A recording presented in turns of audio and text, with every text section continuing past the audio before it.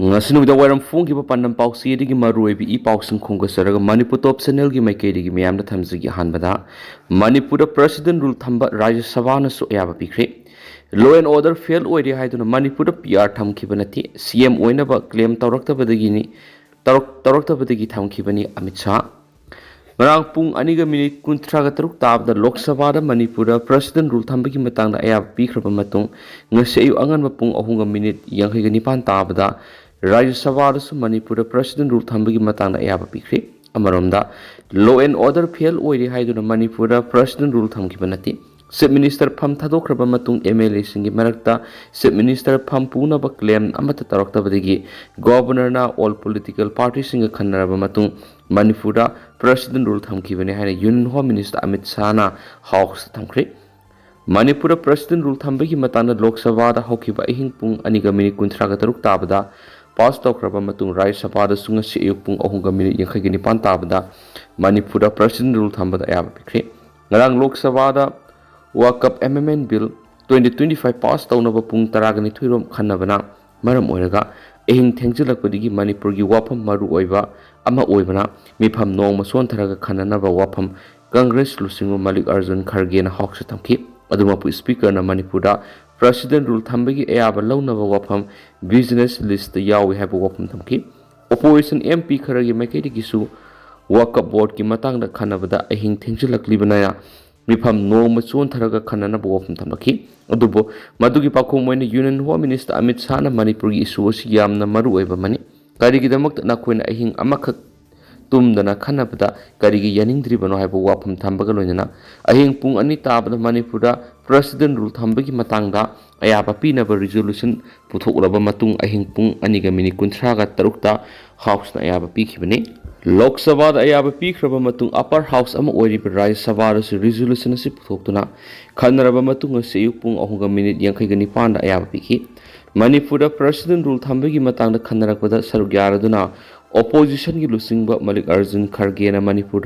president rule thamkiba du Manipur kanana banati BJP lenga kanana bu hona bani haina lenga ta moral shiraduna Congress lusingba sinahai Manipur sahi anirom phajilaklaba irang asida Prime Minister Narendra Modi ngasi phawba state asida satri Manipur thoklibi ethnic class asigi matangda thiganaba demand tawbaga loinana masigi white paper ama center lengana puthokna basu demand tawki Malik Arjun Kharge ki wafam singadugi pakhom piraduna Union Home Minister Amit shah na hai Manipur law and order fail oire haiduna president rule thamkibalet nati Chief Minister Pham thadokibadigi president lakna bigi maram ama oirakhi Chief Minister Pham thadokraba matung MLA singi marakta Chief Minister oinapa claim amata taraktabadagi Governor na party punamaka wakhanaraba matung Manipur da PR tangai padana thamkibani Congress na no confidence motion thangana bohonarakpadagi BJP lenga kananaba president rule thamkibani haiba opposition gi wafam yaningdaba phungdokpugorona Amit shah na hai Congress na no confidence motion pukhana bohonai haiba aranba wafamni makhoide MLA masing suna leti house animakta session satharingai marasida government na kokiyama sumitaiga tuan unaduna wari sanabagi thabak sathabana resolution asi session asi gi aroiba thokani atoba matamda Delhi da community ani gi apunwa mifam ama pangthokani haibagi thajaba sumangna thamki nationalism gi issue nomada luisinma ngamana Manipur gi issue si karama matamda luisinduna mausa gi punsida hanjilakani haibagi chapsaba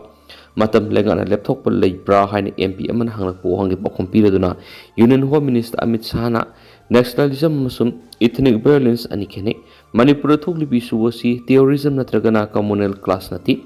mamang na Manipur thoklibi ethnic class sing namitare ni degi sahi tara phawba sadaki Manipur mamang thoklibi ethnic class matamda India Alliance ki Prime Minister Manipur sakidi Manipur violence karam na horakibagi haibagi matang ningsingladuna Amit shah hai court ki order ama Supreme Court yakhidabadagini community ama bu tribal oigani natragana oiroi haiba wapum court na lep yabnati masidi tribal commission recommend yamna maru oibaga loina lengana Lok Sabha ma di Rajya Sabha puthokraba matung ayaba lobagi tangai fadaba lei haiba wafam thamki mana makha taraduna kumja English singani ka kungo humdoi gi me gi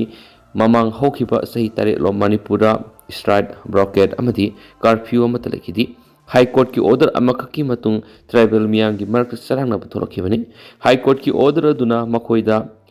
insecure oidaba wakal polakpot oinana hena sathiba phibum ama lakhibani adubo high court ki order du hanana supreme court na setnahan khidraban hensu Amit Shah na phongdoki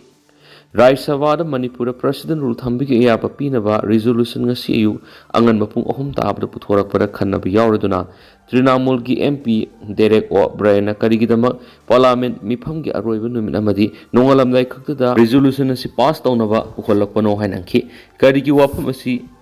session gi ayukta puthoktana ahingda puthorakpano ayuk nungthilda Manipur bu yengbiu Manipur da asan ba miyeng thambiyo amadi wangang biu ha wafam nongki wang adugi pakumpira duna Home Minister Amit Shah na Trinamool MP gi puning sungsiladuna ahanba miyeng West Bengal da kari oidibagi haiba hana yengbiu Manipur nupi gi mathakta hingsa sathabigi report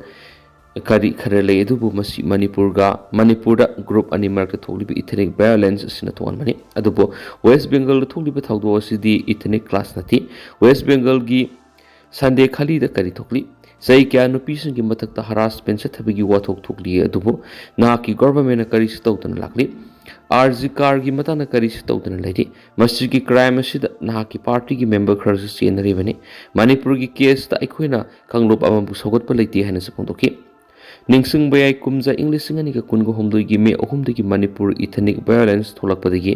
miyoi chani gi yankhai gi mathakta sikhibaga loinana miyoi lising kyana mayum leitana lanjena duna ngasi su relief camp sing sangjapam lauduna lairibani sai isigi February mapana minister nongthamam beren pham thatokraba matung February 13 da Manipur da president rule thamlakibani House the majority of a party am adumak oiribana nauna lenga ama semnabagi hotnaba yaba leibana president rule thamlagasu Manipur gi assembly dissolve tawdana suspended animation na thamlibani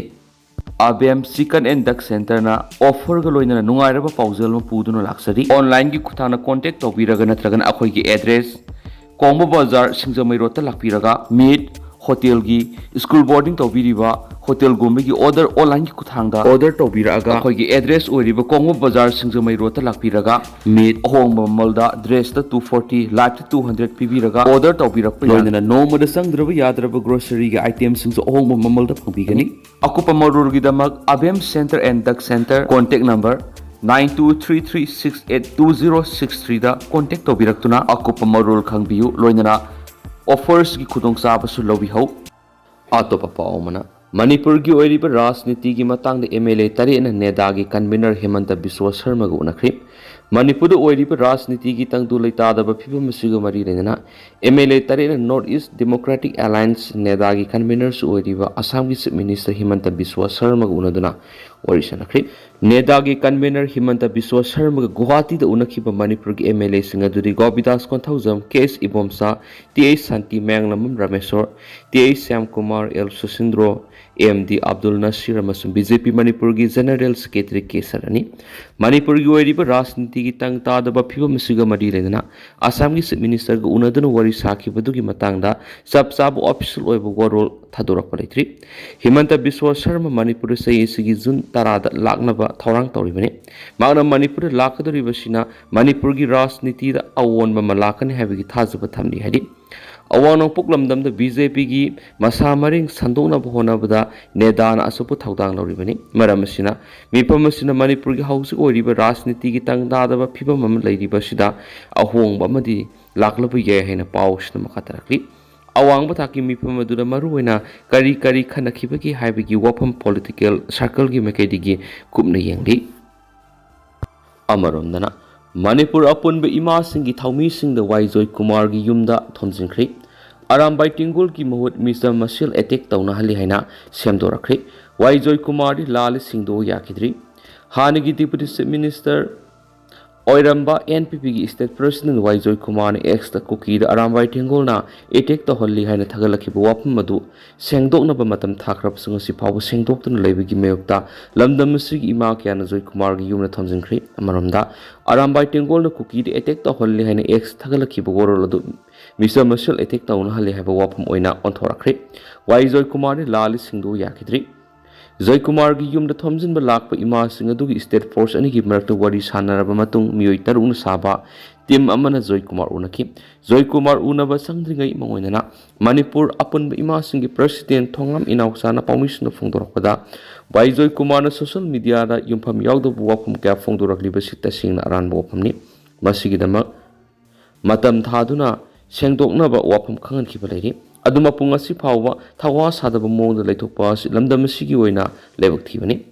ꯃꯅꯤꯄꯨꯔꯗ ꯊꯣꯛꯂꯤꯕ